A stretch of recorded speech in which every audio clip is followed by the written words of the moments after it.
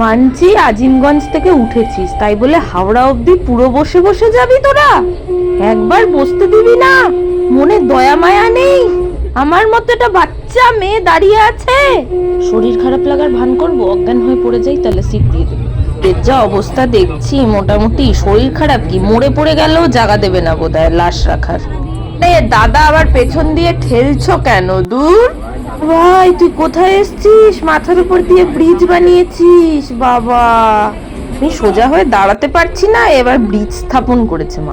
রে বাবা, এইদিকে তো আবার লাভ স্টোরি 1940 শুরু হয়ে গেছে। ব্যাকগ্রাউন্ড মিউজিক দেবো নাকি? ইরিতে ঠেলায় বাঁচি না গো এদের দেখে। কি প্রেম, কি প্রেম। ইস, আমার যদি একটা বয়ফ্রেন্ড থাকতো, এখন আমাকেও হাত বুলাতে বুলাতে মাথায় নিয়ে যেত।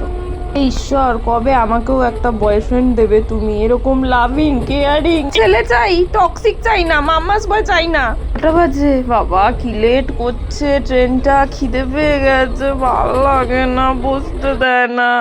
এত ভিড়ে দাঁড়ানোর জায়গা নেই, আবার পণ্ডিত এখানে আবার বই নিয়ে আইছে, ও এখন বই পড়তাছে সামনে দাঁড়ায় দাঁড়ায়। ইচ্ছা করছে কি বইটা দিই একদম ভালো করে।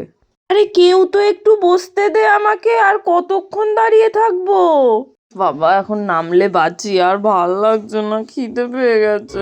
এই পেছন থেকে ঠেলেই যাচ্ছে, ঠেলেই যাচ্ছে, দাঁড়াতে পারছি না। প্রেমের ঠেলা দেখো, জড়িয়ে ধরে আছে একদম, অসহ্য অসহ্য। আর আমি ট্রেনেই উঠবো না, এই শেষ।